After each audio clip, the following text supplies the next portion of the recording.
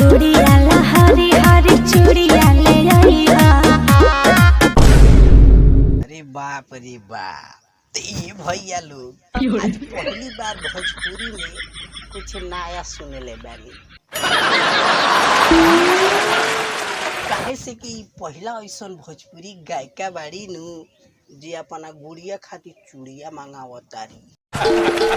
आना तो यही जो है भौजी के देख ली तो सुननी बिकेला वही जा सुनर सुनर टिकुलिया टिकुलिया ले ले आई हाय पिया। सुनी है ना भैया लोग, देवघर से टिकुलिया ले आए। हाँ मने कहाँ इन्हें बाजारी वजारी में मिले। क्या बताई भैया, जैसे राजा जी बोल बम जाए खातिर तैयार भइले, ये भौजी लोग के फरमाइश पर फरमाइश होके लागेला। घर से पैर निकलल ना कि सैया जी लाली ले आएम तो बाली ले आएम तो ओठ लाली ले आएम। माने बुझाला कि इनको लोग के बाल बच्चा से कोनो मतलबे नइखे, खाली यही लोग के शौक सिंगार चाहिए। हाँ माने सही कहतनी। अरे देखी ना हयो भौजी का गजब फरमाइश करत तारी।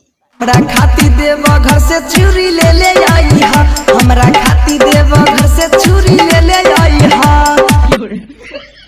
सुनतनी माने इनकरा बोले बम के चूड़ी चाहे, शहर बाजार वाला सूट ना करेला।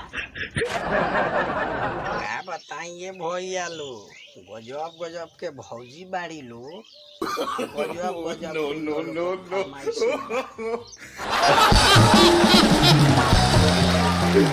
जब मांगे ली लो बस मेकअपे के सामान चाहिए। सारा बुझाला कि बाल बच्चा से कोनो मतलबे नहीं खे आ रह के आई बाल। बताइए भैया लोग, जब साड़िये मंगावे के बाद तो अपन सास खातिर मंगैती लोग। हाँ मैंने पहिर के जब निकलती तो लोग पूछी तो कहती नु कि हमार बाबू बाबा धाम गए रहे तो लिए बड़े। बाकी वो ना इनका लोग के तो बस सौखे सिंगार के सामान लिया के देत रहो, आई लोग गिल बाड़ी।